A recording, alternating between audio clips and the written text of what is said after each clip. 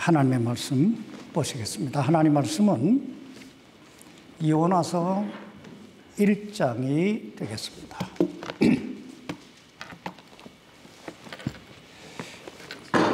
이 시간 하나님 말씀은 요나서 1장 1절로 17절까지 말씀이 되겠는데, 제가 요나서 1장 1절로 3절까지 말씀만 봉독해 드리겠습니다.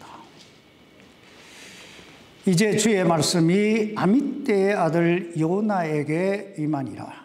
이르시되 일어나 저 큰 도시 니느웨로 가서 그것을 향하여 외치라. 그들의 사악함이 내 앞에 이르렀느니라 하시니라. 그러나 요나가 주의 앞을 떠나 다시스로 도망하려고 일어나 욥바로 내려가서 다시스로 가는 배를 만나매 이에 그가 주의 앞을 떠나 그들과 함께 다시스로 가려고 뱃삭을 내고 그 안으로 들어가니라. 잠깐 말씀 위에 기도하십시다. 살아계신 아버지 하나님, 하나님께서 우리를 이처럼 사랑하사 독생자 예수 그리스도를 이 땅에 보내주셔서 우리 죄 대신 갈보리 십자가에 못 박혀 피 흘려 죽게 하시고 3일 만에 부활케 하심으로 우리의 죄를 사하시고 우리에게 영원한 생명을 주신 것을 감사합니다. 오늘도 이 하나님의 사랑, 이 하나님의 은혜의 보좌 앞에 왔사오니 아버지 하나님, 우리에게 하나님의 음성을 들을 수 있는 길을 열어주시고 또 이 하나님의 말씀대로 행할 수 있는 믿음과 손발에 힘을 더해 주옵소서.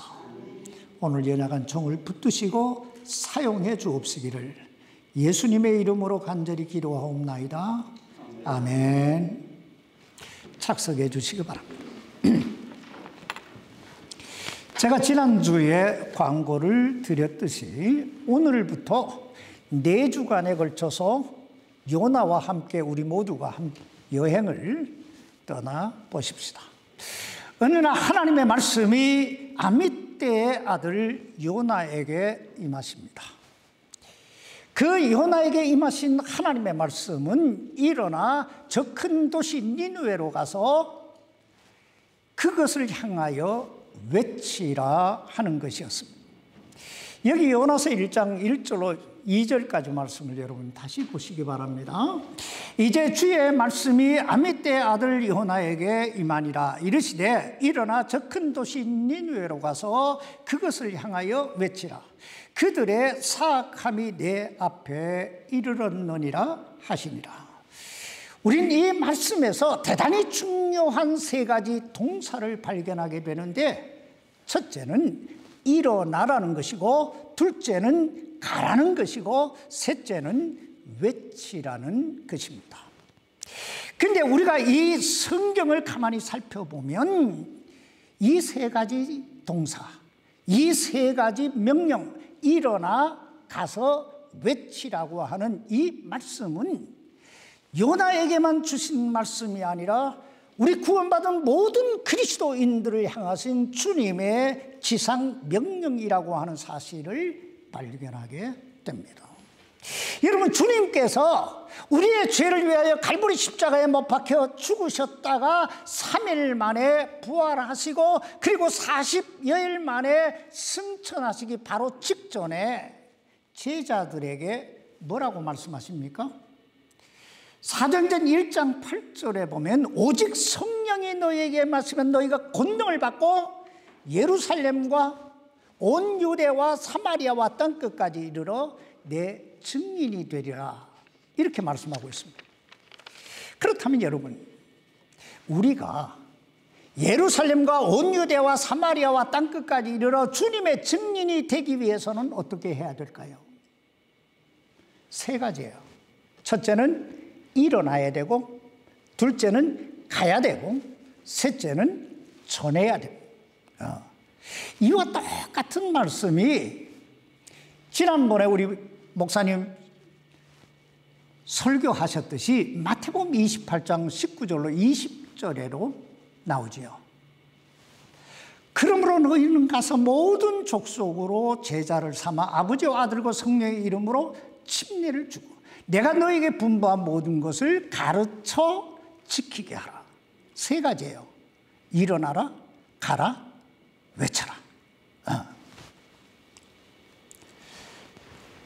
그런데 이 하나님의 말씀에 대해 요나가 어떻게 반응하고 있습니까? 여기 요나서 1장 3절 말씀 보시기 바랍니다. 그러나 요나가 주의 앞을 떠나 다시스로 도망하려고 일어나 욥바로 내려가서 다시스로 가는 배를 만나매 이에 그가 주의 앞을 떠나 그들과 함께 다시스로 가려고 뱃삭을 내고 그 안으로 들어가니라. 이 말씀은 한마디로 요나가 하나님의 말씀에 불순종하고 니느웨와는 정반대 방향인 다시스로 도망가기 위해 뱃삭을 주고 그 배를 탔다는 것입니다. 어떤 면에서 보면요, 이 요나서 요나의 이야기는 여기서 끝날 수도 있는 이야기였어요. 여러분 잘 생각해 보세요. 어느 날 하나님의 말씀이 아미떼의 아들 요나에게 임하셨어요.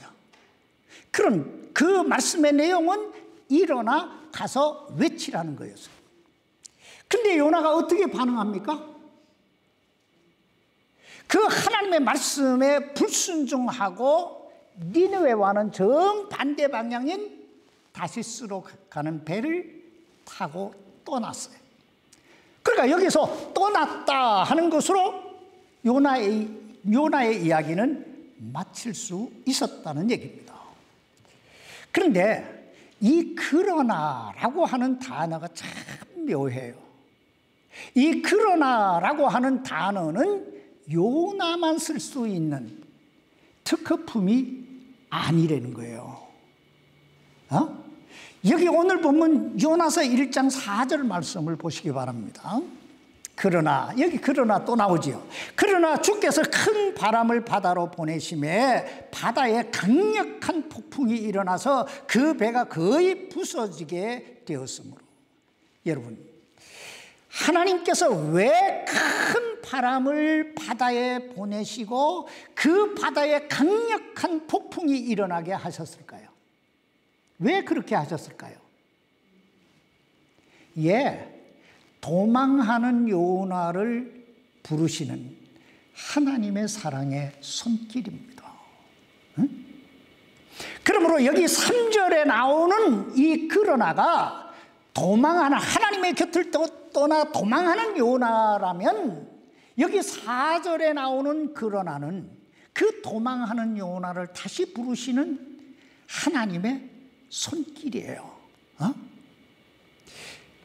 그리고 이 폭풍으로 인해 요나가 타고 있던 그 배가 거의 파산 지경에 놓이게 됩니다. 그러자 그 배에 타고 있던 그 선원들이 저마다 자기 신을 부르면서 그 배를 가볍게 하려고 배 안에 있던 물건들을 다 바다에 던져요. 이렇게 배 위에서는 세상 말로 난리법석이 났는데 당사자인 요나는 어떻게 하고 있어요? 배 밑전으로 내려가 잠자고 있어요. 여기 요나서 1장 5절 말씀 보시기 바랍니다. 이에 선원들이 두려워하여 저마다 자기 신에게 부르짖으며 또 배를 가볍게 하려고 그 안에 있던 물건들을 바다로 던지니라. 그러나 요나는 배전으로 내려가 누워 곧 잠이 드니라. 여러분, 이 모습이 상상이 되세요? 배는 풍랑을 만나서 파산 지경에 있어요. 여기에 두려움에 사로잡힌 선원들은 이 세상 말로 난리법석이 났어요.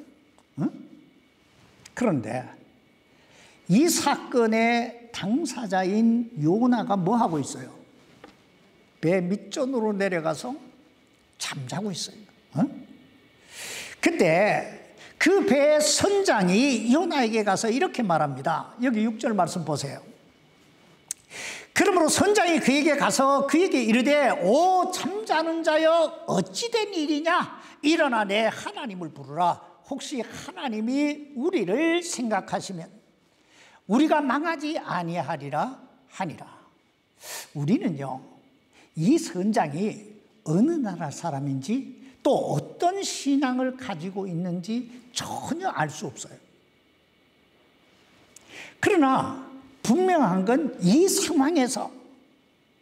이 상황에서만큼은 선장이 선지자였던 요나보다는 훨씬 낫게 보인다는 거예요. 나아 보이지 않아요? 그리고 저들은 서로 의논하여 이 재앙이 누구로부터 온 것인지 제비를 뽑아 그 원인을 알아보자고 합니다. 그리고 제비를 뽑았는데 그 제비가 누구에게 떨어져요? 요나에게 떨어집니다. 여기 7절 말씀 보세요.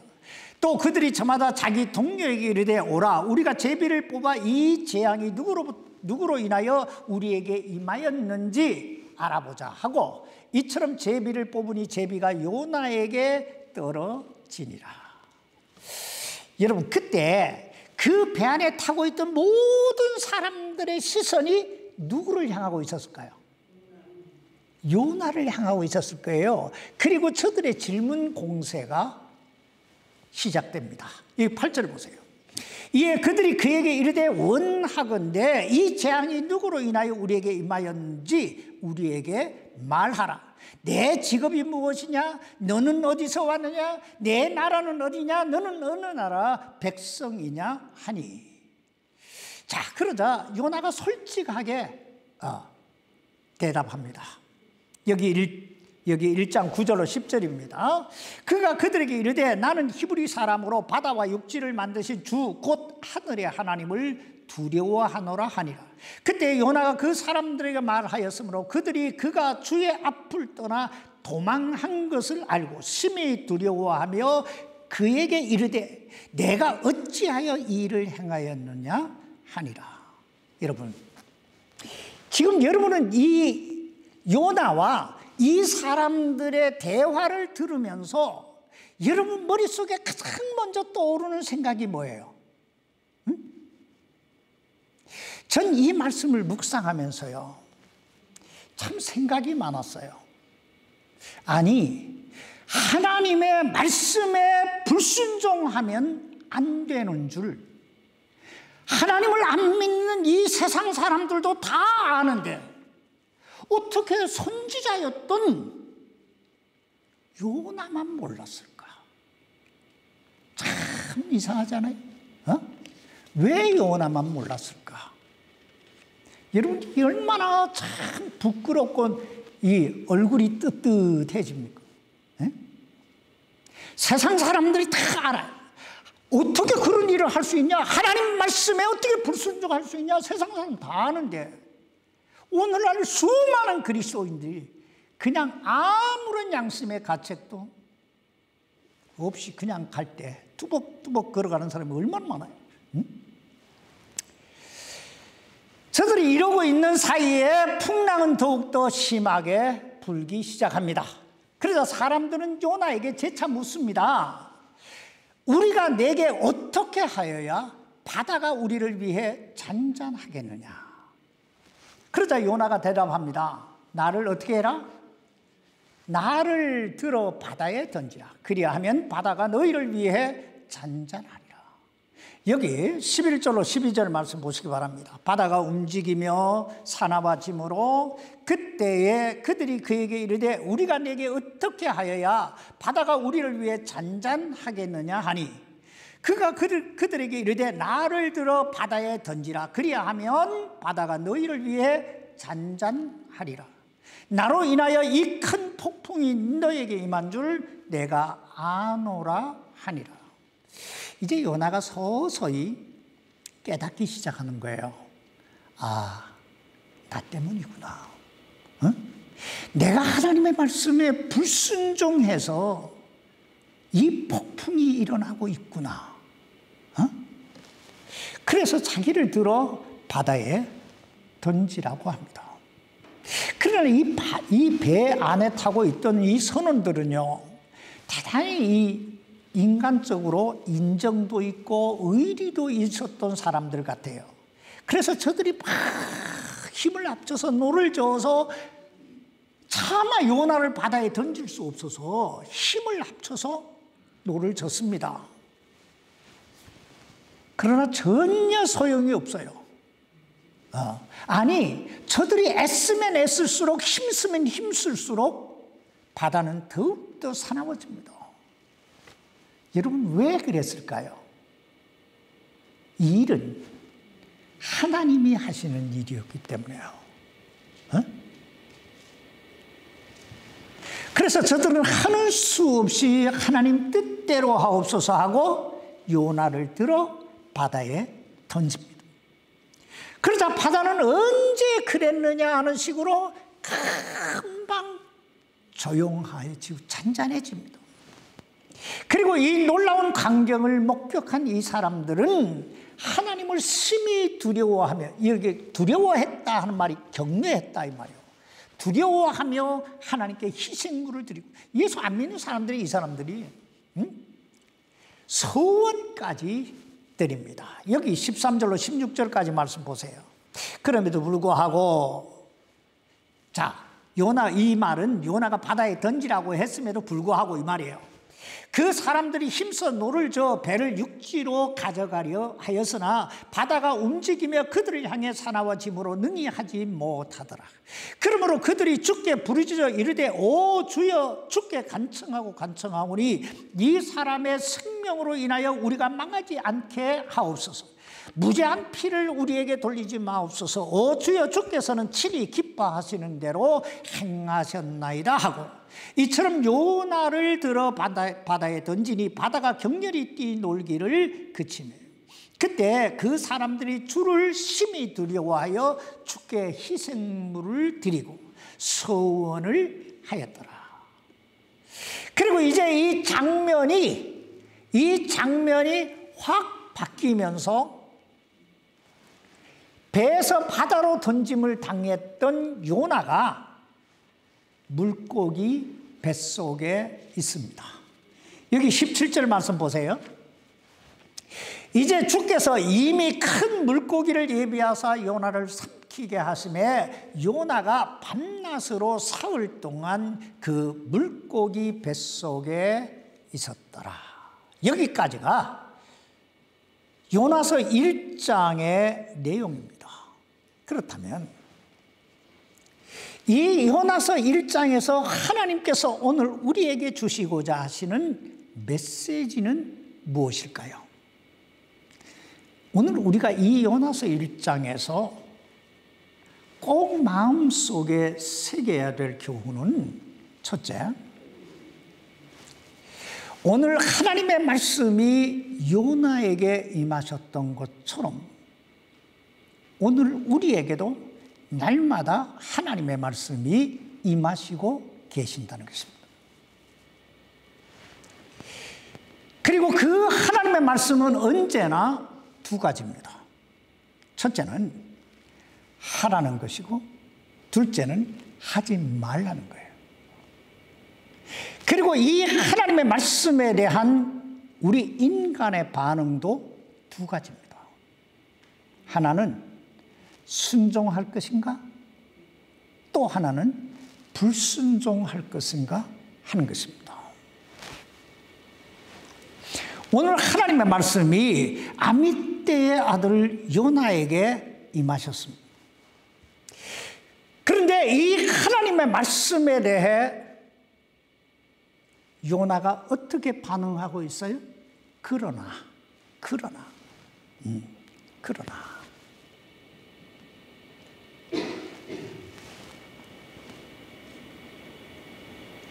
하나님께서 요나에게 주신 메시지는 이거예요. 일어나 가서 외치라. 근데 제가 서론에서도 말씀드렸듯이 이 세 가지 일어나 가서 외치라 하는 이 전도에 대한 사명의 메시지는 요나에게만 주신 게 아니에요. 우리 구원받은 그리스도인이라면 다 누구에게나 주신 주님의 지상 명령인 줄 믿습니다. 근데 요나가 그 말씀에 대해 그러나 라고 말해요. 아마 요나는 하나님께 대묻고 싶었을 거예요. 하나님, 왜 하필이면 나에게 니느웨로 가라고 하십니까? 사실 요나가 하나님께서 너는 일어나 가서 저 큰 도시 니느웨로 가서 외치라고 하셨을 때 요나가 그 하나님의 말씀에 불순종하고 그 니느웨와는 정반대 방향인 다시스로 도망한 데는 그 나름대로의 이유가 있었어요. 무슨 말이냐면 니느웨는 요나의 조국인 이스라엘과 원수된 아수르의 수도였기 때문입니다. 즉 원수의 나라 수도였다는 거예요. 그러니까 자, 여러분 한번 생각해 보세요. 원수의 나라가 멸망하는 게 좋습니까? 아니면 그들이 회개하고 살아나는 게 좋습니까? 멸망하는 게 당연히 좋잖아요. 그래서 요나가 도망간 거예요. 나름대로의 이유가 있었다는 얘기예요. 이렇듯 오늘 우리에게도 하나님의 말씀이 주어질 때 하나님의 말씀대로 살지 못하는 데는 그 나름대로의 다 이유가 있을 거예요. 우리가 제일 많이 사용하는 말이 뭐예요? 마음은 원인데 하나님 육신이 약합니다. 이렇게. 저 사람이 마음에 안 들어서 난 도저히 저 사람한테는 할 수 없어요. 돈이 없어요. 시간이 없어요. 잘 몰라요. 나는 성격이 내성적이라서. 뭐 여러 가지 등등 이유를 다 들 수 있을 것입니다. 그러나 그 이유가 어찌 되었든 우리가 여기서 배워야 할 마음속에 꼭 새겨야 될 두 번째 교훈이 있는데, 하나님의 말씀을 떠난 인생은 오래가지 못한다는 거예요. 아니, 하나님의 말씀을 떠난 인생은 시간 낭비고 돈 낭비고 나 자신뿐만 아니라 내 주변 사람들에게도 엄청난 고통을 줄 수 있다는 거예요. 여기 이 요나 보세요. 그가 하나님의 말씀을 떠나 다시스로 가는 배를 탔으나 어떻습니까? 얼마 못 가잖아요. 얼마 못 가 풍랑을 만나잖아요. 그런데 자기 자신만 고생한 게 아니에요. 그 배 안에 타고 있던 모든 사람들에게 죽을 고생을 시키잖아요. 게다가 결국은 바다에 던짐을 당하잖아요. 뱃삭만 날린 거예요. 그리고 우리가 다음 주부터 계속 보게 되겠지만은 결국은 요나가 니느웨에 가서 말씀을 전해요.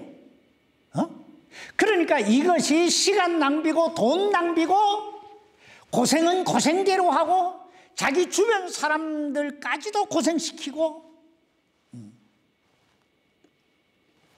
물론 내가 하나님의 말씀에 순종할 것인가 불순종할 것인가 하는 것은 언제나 우리 자유의지 결정에 있는 거예요. 근데 우리가 기억해야 될 건 자유의지에는 항상 책임이 따른다는 거예요. 책임이 따른다는 거예요.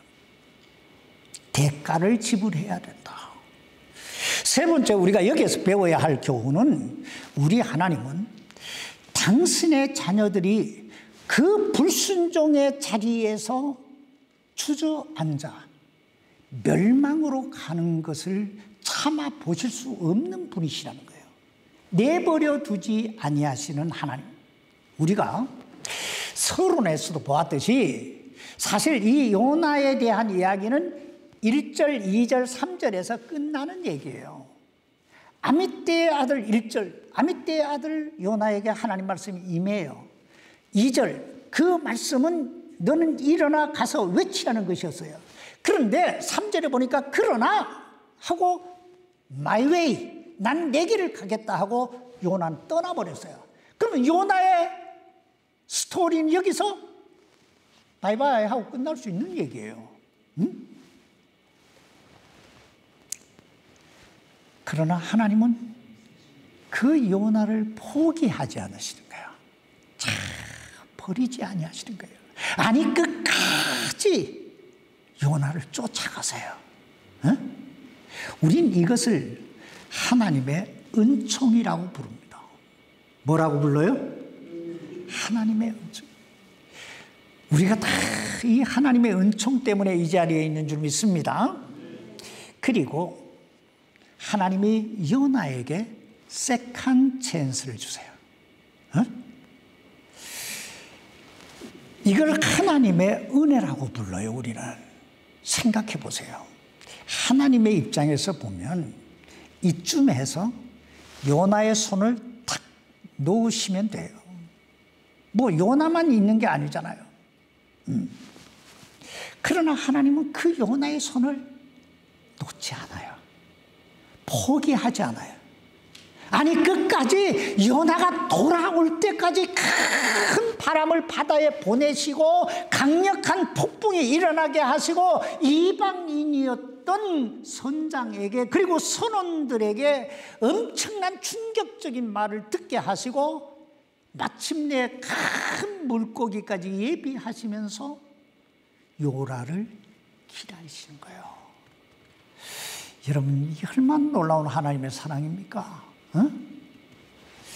이 사랑 때문에 요나가 비록 풍랑을 만나 죽을 고생은 했지만 결국 니느웨에 있는 12만 명이라고 하는 영혼을 하나님께로 인도하는 위대한 선지자로 쓰임을 받게 되는 거예요. 응? 이와 같이 우리 하나님은 우리가 때때로 그러나 하고 하나님의 말씀에 불순종하고 하나님의 곁을 떠날지라도 도망할지라도 결단코 우리를 버리지 아니하시고 포기하지 아니하시고 끝까지 우리를 추적하시는 하나님이신 줄 믿습니다. 아니, 버리지 아니하실 뿐 아니라 우리에게 세컨 찬스를 주신다니까요. 다시 한번 기회를 주시는 거예요. 여러분, 우리가 오늘 또 생명이 붙어 있다, 이 사실이 뭔지 아세요? 하나님이 우리에게 아직도 기회를 주시는 거예요. 기회를 주시는 거예요. 근데 여러분 기억해야 돼요. 인생에는 몇 번의 기회가 온다고 얘기하잖아요. 그러나 라스트 찬스라고 하는 것도 있다는 거, 마지막 기회라고 하는 것도 있다는 걸 기억해야 돼요. 지금이에요. 그 기회를 잡을 수 있는 기회가 지금이라는 거예요. 마지막으로 우리가 여기에서 배워야 할 교훈은 하나님이 누구신가를 우리가 알아야 된다는 거예요. 하나님이 누구냐? 우린 요나를 추적하시는 하나님의 모습 속에서 하나님의 네 가지 모습을 우리가 발견하게 되는데, 첫째는 하나님은 요나를 알고 계셨다는 거예요. 요나를 알고 계셨다. 우리가 요나서를 가만히 묵상해 보면요, 하나님은 요나가 어떤 마음을 가지고 어떤 생각을 품고 어떤 계획 속에 어떻게 행할 것인가 하나님이 다 알고 계세요. 그러니까 하나님이 그 가는 길목길목에 다 지뢰를 놓잖아요. 큰 바람을 바다에 보내시고 풍랑을 보내시고 선장 보내시고 선원 보내시고 이 엑스트라, 이 요나 하나를 참 바른 길로 인도하시기 위해서 수많은 엑스트라 를 준비하시잖아요. 그리고 마침내 요나를 부드시잖아요. 우린 이걸요, 신학적인 용어로 전지하신 하나님이라고 불러요. 어떤 하나님요? 전지하신 하나님. 전지라고 하는 말이 모든 걸 아시는 하나님. 여러분, 하나님이 요나만 아셨을까요? 요나의 마음만, 요나의 생각만 아셨을까요? 우리 하나님은 오늘 우리 마음도, 우리 생각도, 우리 형편도, 우리 눈물도, 우리 아픔도, 우리의 처지도 다 아시는 분이신 줄 믿습니다.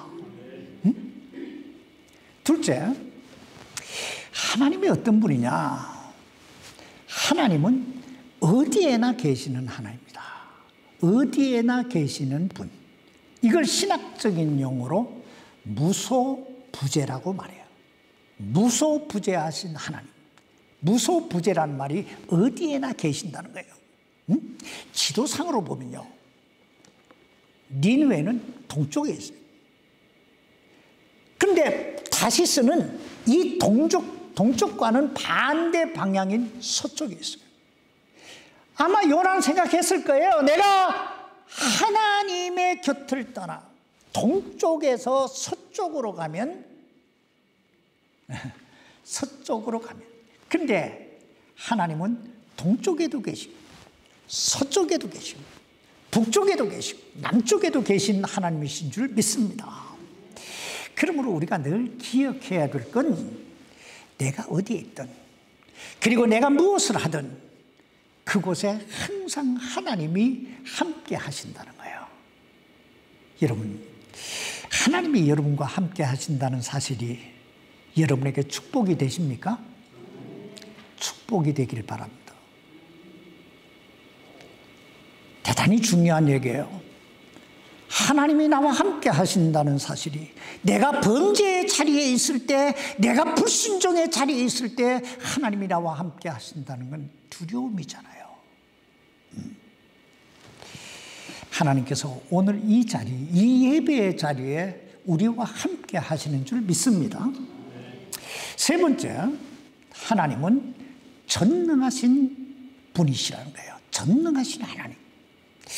여러분, 하나님께서 도망하는 요나를 어떻게 부르세요?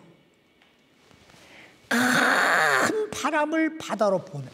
그러면 바람이 하나님의 명령에 순종했다는 말이잖아요. 그리고 폭풍이 일어나게 하세요. 그럼 이 바다도 바람도 전부 다 누구의 명령에 움직이시는 거예요? 움직이고 있는 거예요? 하나님의 명령. 그리고 큰 물고기도 예비하셨다. 그 물고기까지도 하나님 말씀을 다 순종하는 거예요. 다시 말하면 하나님은 이 우주 만물을 당신의 임의대로 주관하시는 전능하신 엘샤다이 하나님이시라는 것입니다. 생각해 보세요. 요나가 밤낮 사흘 동안 어디에 있어요? 물고기 뱃속에 있어요. 여러분, 이게 가능할까요? 근데 죽지 않고 살아났어요. 여러분, 우리가 음식을 먹으면 3일 동안 소화가 안 되고 그냥 두둑하고 이렇게 있어요? 그럼 죽지요. 사람을 삼키고 3일 동안 그 뱃속에 이 고래가, 큰 물고기를, 예수님은 고래라고 그랬잖아요. 그 고래가 사람을 3일 동안 이게 딱 있으면 이거 살겠어요? 이렇게 이 모든 일을 가능케 하시는 분이 하나님이세요. 왜? 그분은 전능하시니까. 그래서 하나님이 가끔 우리에게 이렇게 물으시는 거예요. 여호와께 능치 못할 일이 있겠느냐? 하나님이 못하실 일이 있겠느냐? 여러분 생각은 어떠세요? 네 번째, 마지막으로 하나님은 사랑의 하나님이시라는 거예요. 사랑의 하나님. 여기 요나서 1장 17절 말씀 보세요. 요나가 하나님의 말씀에 불순종하고 다시스로 도망했음에도 불구하고, 그래서 격렬히 또 여기에 뛰노는 바다에 던짐을 당했음에도 불구하고 그냥 그를 죽도록 내버려 두지 아니하시고 큰 물고기를 보내서 그를 딱 받아주시잖아요. 아니, 그뿐 아니라 그에게 다시 한번 기회를 주셔서 위대한 선지자가 되게 하시잖아요. 여러분, 이게 엄청난 하나님의 사랑인 거예요. 그런데 저를 한번 보세요. 그 하나님이 누구세요? 여러분하고 무슨 관계가 있어요? 여러분하고 무슨 관계가 있어요? 하나님이 전지하시든 무소부재하시든 전능하시든 사랑이 넘치는 하나님이시든 여러분과 관계가 있어야 될 거 아니에요? 여러분과 무슨 관계예요? 이 하나님 나의 아버지, 나에게 무엇을 주셔도 아깝지 아니하시는 나의 아버지. 여러분 믿습니까? 정말 하나님이 여러분의 아버지예요? 근데 왜 죽상을 합니까? 왜 힘들어합니까? 왜 우리 인생에 뭐 다 잃어버린 것 같이 살아가야 됩니까? 어깨 좀 피고, 어깨 좀 쫙 피고, 목 좀 세우고, 하나님 아들, 딸답게 살아야 될 줄 믿습니다, 우리가. 여러분, 전도는요, 말로 하는 게 아니에요. 내가 잘 살면, 내가 멋있게 살면, 전도는 그냥 돼요. 옆 사람이 볼 거 아니에요. 저 사람은 어떻게 저렇게 잘 되지? 저 사람은 어떻게 날마다 싱글벙글 행복하게 살지? 하면요, 따라올 거 아니에요. 따라올 거 아니에요. 우리가 하나님의 아들과 딸이라면 세 가지는 꼭 해야 돼요. 첫째, 날마다 그 아버지의 음성 듣기를 힘써야 돼요. 하나님의 음성 듣기를 힘써야 돼요. 둘째는 그 하나님의 말씀에 순종하려고 힘쓰고 애써야 돼요. 셋째는 배 밑창에 내려가 잠자지 말고 기도의 잠에서, 말씀의 잠에서, 사명의 잠에서 깨어 일어나 그 아버지 손잡고 동행해야 돼요. 동행해야 돼요. 그래야 하면 우리가 우리가 그 어떤 일을 만날지라도 그 아버지 되신 하나님께서 우리의 모든 것을 다 합력하여 선을 이루게 해 주실 줄 믿습니다. 하나님께서 요나가 불순종하고 하나님 앞을 떠나 다시스로 도망했음에도 불구하고 그를 버리지 아니하시고 끝까지 그를 붙드시고 그에게 세컨 찬스를 주시고 위대한 선지자가 되게 하셨던 것처럼 오늘 우리의 삶 꽉 붙드시고 여러분의 인생 속에 가장 좋은 것을 충만케 해주시기를 주님의 이름으로 축원합니다. 기도하십시다. 살아계신 아버지, 우리가 때때로 하나님을 믿는다고 하면서도 하나님이 누구신지 모르고 하나님이 내 아버지가 되시고 나와 함께 하시고 전능하신 권능의 손길로 나를 도우신다는 걸 모르고 우리가 얼마나 많은 순간 낙심하고 좌절하고 하나님의 곁을 떠나 도망 다닐 때가 얼마나 많은지요. 아버지요, 이제는 하나님의 음성에 귀를 기울이는 자 되게 하시고 하나님의 그 말씀에 순종하는 자 되게 하시고 날마다 그 아버지 하나님의 능력의 손을 잡고 하나님과 동행하는 자가 되게 도와 주옵소서. 오 아버지여, 우리를 도와 주시옵소서. 예수님의 이름으로 기도하옵나이다. 아멘.